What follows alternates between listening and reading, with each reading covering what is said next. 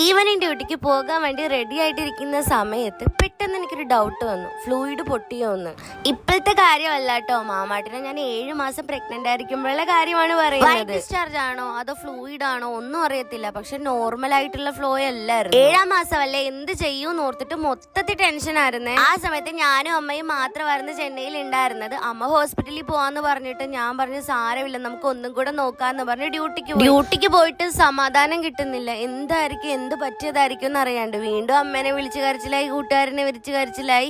പിന്നെ എന്തോ ഒരു പെട്ടെന്നൊരു സാഹചര്യത്തിൽ തൊട്ടടുത്തുള്ള ഹോസ്പിറ്റലിൽ പോയി. പക്ഷെ നോക്കിയപ്പോ കുഴപ്പമൊന്നും ഉണ്ടായില്ല എന്ന് ഡോക്ടർ പറയുന്ന സമയം വരെയുള്ള ഒരു വെപ്രാൾ ഉണ്ടായിരുന്നല്ലോ. അന്ന് അമ്മ നേർച്ചയാണ് മാമാട്ടിക്ക് കാവലി കൊണ്ട് ചോറ് എടുക്കാന്നുള്ളതും ഞങ്ങളുടെ രണ്ടുപേരുടെയും തുലാഭാരം. മൊട്ടയടിച്ചപ്പോ പണ്ടത്തെ ആ ഭംഗിയൊക്കെ പോയിട്ടുണ്ട്, മുഖമാണെങ്കിൽ തെളിയത്തുമില്ല.